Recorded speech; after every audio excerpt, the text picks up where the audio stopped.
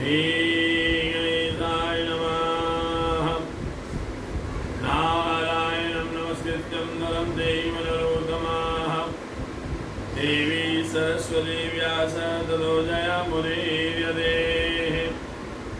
गुरु ब्रह्मा गुरु विष्णु गुरुदेवो महेश्वर गुरु साक्षात् परब्रह्म तस्मै श्री गुरुवे नमः।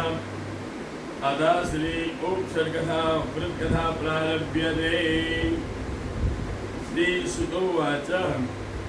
श्री सूत जी महाराज मुनियों की सभा में बैठा कहे कि महाभारत युद्ध बीत जाने के बाद धर्मराज और पुत्र युधिष्ठिर ने बुद्धिमानों में शेष भीष्म पितामह से प्रश्न किया। युधिष्ठिर कहे कि अति पुण्य देने वालों स्त्रियों नर शुद्धा करने वालों जनन षष्ठी व्रत जैसा आपने पहले सुनाया है वो हमने कृपा करके सुनो। भीष्म पितामह बोले हैं भगवान विष्णु ने भक्त नारद जी तीनों लोगों में भ्रमण करता करता एक बार ब्रह्मलोक में गया। ब्रह्मा जी ने नमस्कार किया, आसन पर बैठ गया। ब्रह्मा जी से प्रश्न किया कि हे चतुर्मुख ब्रह्मा जी, कौन उत्तम व्रत करने से मनुष्य जन्म श्रेष्ठ कुल में पैदा हुए? मैं फलों देने वालों कौन सा व्रत है? सो कृपा करिए कहो।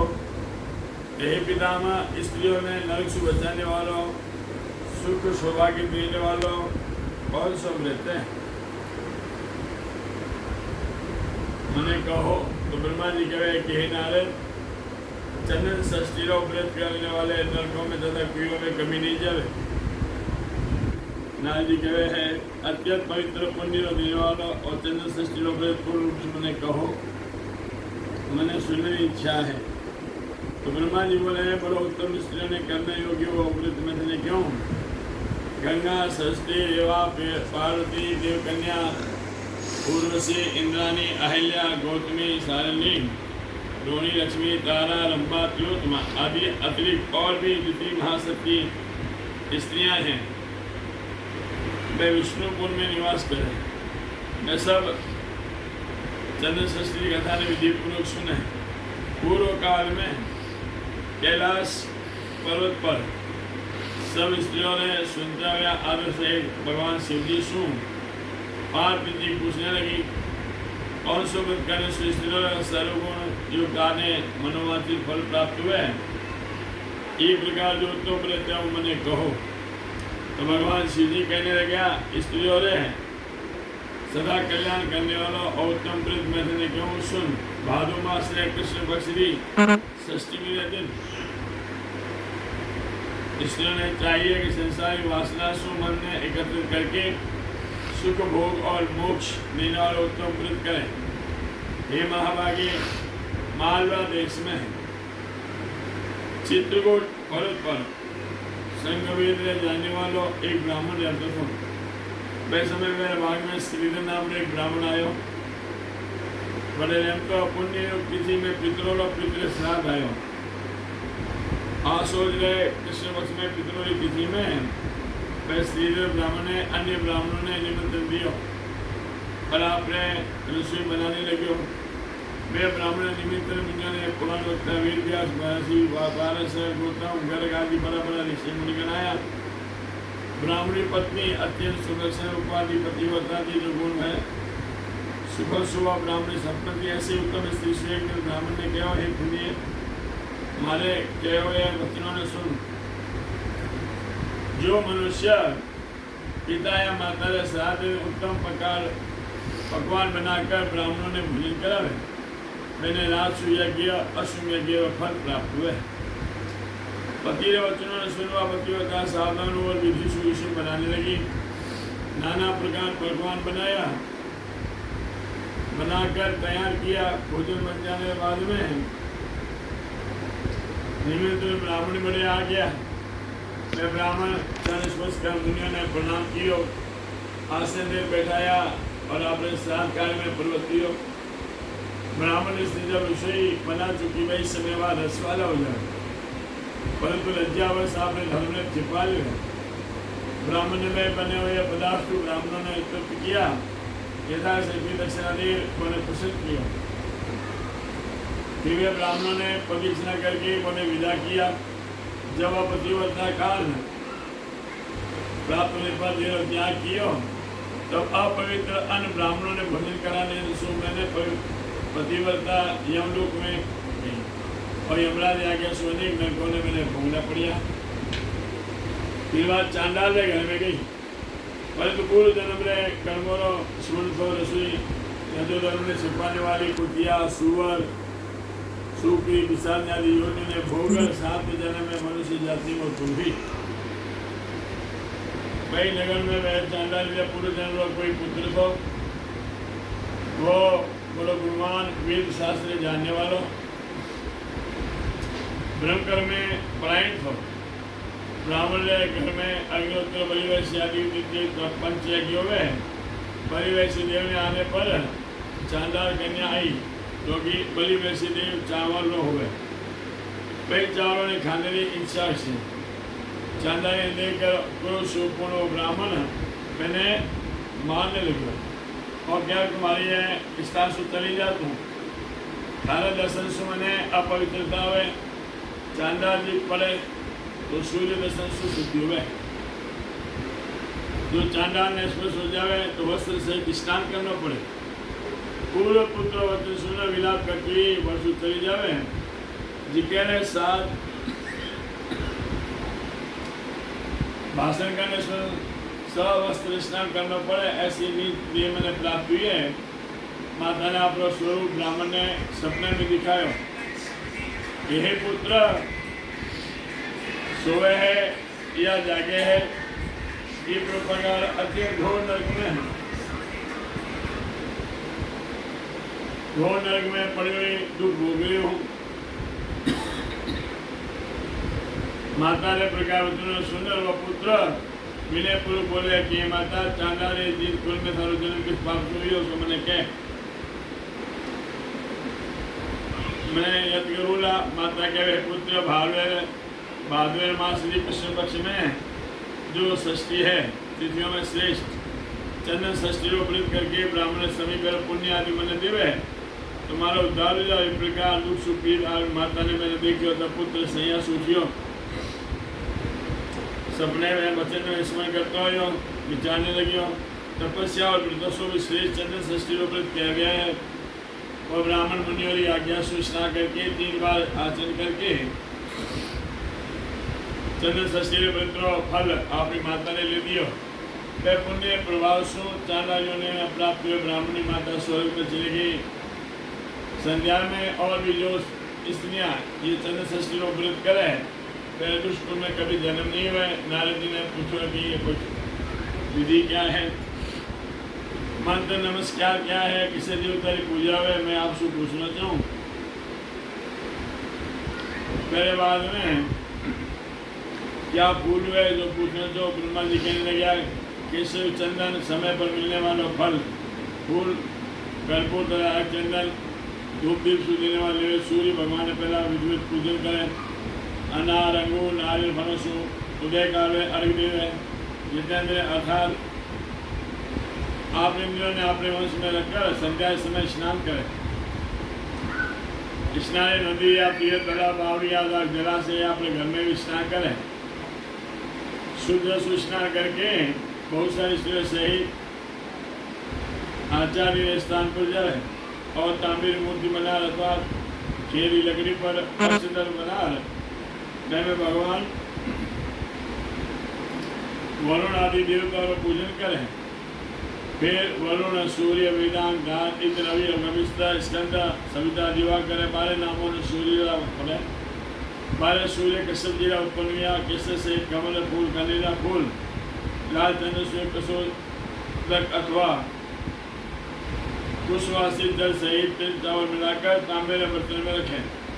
ऋषिकेश अर्थात 12 इंद्रियों ने स्वामी सूर्य नाम मंत्रों से पूजा करके लाल चंद्र मिले जल सो 12 अंजलि जल सूर्य 12 नामों से ऊपर कर देवे। ब्राह्मणों ने पकवान भोजन करावे अथवा अमान अर्थात सीधो देवे। ब्राह्मणी पूजा करे सूर्य ने विसर्जन करे। चंद्रोदय समय स्नान करके एक वस्त्र से ढका हुआ अर्घ में सफ़ेद चंदन दूध डालकर जल में चंद्रमा जी ने अर्घ देवे और प्रार्थना करे। क्षीरोदार संपूता ये मंत्र पढ़कर अर्घ देवे अर्थात क्षीर सागर से उत्पन्न अत्रि गोत्र वाला सोमराज की अर्घ स्वीकार करो। गेहूँ आटे में पकवान आदि बनावे। गाय दूध दही घी मिठाई आदि भोजन करें। 4 पदार्थ न खावे। जो बाद में उद्यापन कर ब्राह्मणों ने जूता वस्त्र यथा शक्ति रक्षण भोजन करावे। भगवान भोजन न करा सके तो अमान अथा सिद्धो देवे। भगवान की पूजा संपूर्ण सिद्धि वास्ते ब्राह्मणों वचन ले। आधा ब्राह्मण लोग ये कहे कि आपकी भी की हुई पूजा संपूर्ण ये प्रकार कथा पढ़ने और सुनने से 100 गौदान फल प्राप्त हुए। ये लोक में सुख परलोक में परम पद प्राप्त हुए। जय जय श्री वैष्णव पुराणी चंद्र षष्ठी कथायाम श्री कृष्णार्पणमस्तु। एक बार अब भाई और बहने प्रायश्चित ये प्रकार सो एक शौका साथ नहीं था। पहले एक बहन थी। बहन की शादी होते ही मेरा आदमी मर गया। सबसे बड़ी बहू कोक शास्त्री पड़ी हुई थी। मैंने भाइयों ने लाश ने जलाने से मना कर दिया। ये प्रकार कुछ समय बीते। एक दिन भौजाई ने ननद से कहो आपने तो अभी थोड़ी सी 7 बेटा होने बाकी है। ननद में अच्छी नहीं लगी। भाई आया तब बोली मैंने अभी जला दो। भाइयों ने निकाल कर दिया। बहने जिद पकड़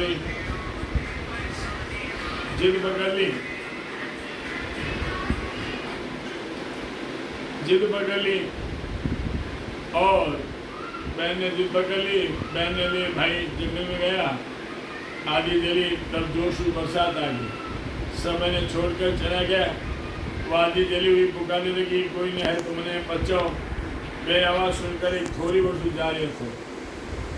आयो बोले तुम आजू शादी करें मैं सु विवाह करे तो अचो। मैंने सब मंजूर कर ली। पहले थोड़ी 7 बेटा उठा। अरे ने भोजे ने उठ सको उजालन कियो। ते आपने पति से कहो आप सारे नगर में न्योता दियो। नगर में बाहर मैं थोड़ी देर अभी जहाँ न तो दियो आपने पत्र लेकर आवे।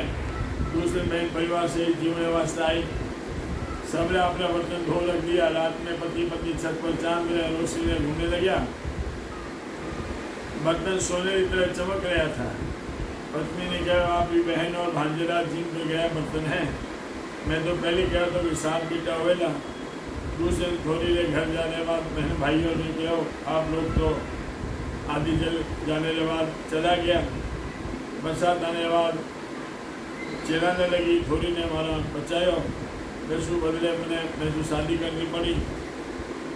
अब भाइयों ने बहन ने प्रायश्चित करने लो चिंता हुई। ये पर बहू ने कहो 7 समुद्र पार एक शोभा गोविंद रहे। भाई आप धर्म दे देवे तो पाप उतर जाए। भाई बहन घर से निकलिया। एक पेड़ नीचे विश्राम किया। नेपाल चकवा चौकी रहता था। आपस में बात करने लगा। ये दोनों ने तो 7 समुद्र पार जाना है। यदि ये लोग सांप ने मार कर हंस ने बच्चों ने बचा ले गए तो मैं सुबह 2 महीने घर पहुंचा दूँ। सारी बात सुनकर भाई पेड़ नीचे जाकर बैठ गया। जी पर हंसी बैठा था। जब सांप कुंभ से निकलियो तो कटा ले मैंने 2 टुकड़ा कर दिया। हंस ने जब अपने बच्चों ने जीवित पाया तो बहुत खुश हुआ। भाई ने उन्हें सारी बात बताई। 7 समुद्र पार जाने के लिए हंस पर भाई बैठ गया। बहन हंसनी पर बैठ गई। और जब देखो तो धोबन घर बहुत ही लंबी भाइयों झगड़ा करती थी। औरतों ने घरे काम के लिए लड़ती थी। भाई दुकानें काम के लिए लड़ता था। दोनों भाई बहन बड़े जाकर छुपके काम करने लगा। घर में शांति रहने लगी। एक दिन सुबह धोबन बहुत सो बोले आज का से लग झगड़ा नहीं करो। तो बहुत प्रेम से कह रहे हैं कि बबे बोले काम तो सब मिलियो है क्यों यो मिले मैं क्यों झगड़ो। सुनकर शोभा ने पत्तों लगाने लिए अमूली कार का रात बिताने लो विचार किया। देखियो सुबह 4 बजे एक स्त्री आई। उसने घरों पूरा काम किया और जाने लगी। तब शोभा ने मैंने देखकर सारी बात पूछी। मैं कहो ते मारे घरों की तो काम कियो थारो मारे ऊपर कर्ज है, रण है, तू जो चाहिए मांग। तो शोभा ने वचन दिया। वह बोली शेर की लड़की हूँ मैं, अंजलि मने बचाने लिए थोड़ी आज्ञा कर, फिर मैंने ये संग विवाह करना पड़ियो। अब पुरुष मारो उद्धार कब बोला? तब बोला जब कोई मैंने 27 वर्ष एक लिंग उपक्षत्रो वृत्त फल देवे। तब शोभा गोपन बोले मैं 27 वर्ष एक लिंग उपक्षत्रो वृत्त किया है। सूर्यास्त में से पहला मैं नहाकर खड़ी हो जाती थी, पूरा कपड़ा पहनती, लाल किनारी साड़ी पहनती, चंद्रमा ने अर्घ देकर रात में खाना खाती। ये वास्ता उपक्षत्रो वृत्त फल हाथ में जल लेकर संकल्प करके तू मैंने आशीर्वाद दिया क्या थारो थोड़ी रोज खोटे छूट जावेला। ये प्रकार उपक्षत्र वृत्त प्रभाव सुगर उद्धारियो। हे भगवान जैसो भाई बहन की लाज रखी वैसी सभी लाज रखे। सुधर्मो राघवंश अधर्मो नस्करंजरः एवं वदन्ति लोकानां यतो धर्मस्ततो जय। तिथिवारं तु नक्षत्रं योगं करणमेव च पंचांगं स्मृतिरित्यं श्री गंगा स्नानं फलं लभेत्। आज जाकर के ठाकुर जी ने भादुर कृष्ण पक्षी पंचमी में षष्ठी रो व्रत मंगलवार उपक्षत्र व्रत चंद्रोदय रात्रि 10:17। आज छठ बुधवार है। मंगलम भगवान विष्णु मंगलम गरुड़ध्वज मंगलम पुंडरीकाक्ष मंगलायस्तनो हरि। बोल कृष्ण कन्हैया लाल की जय।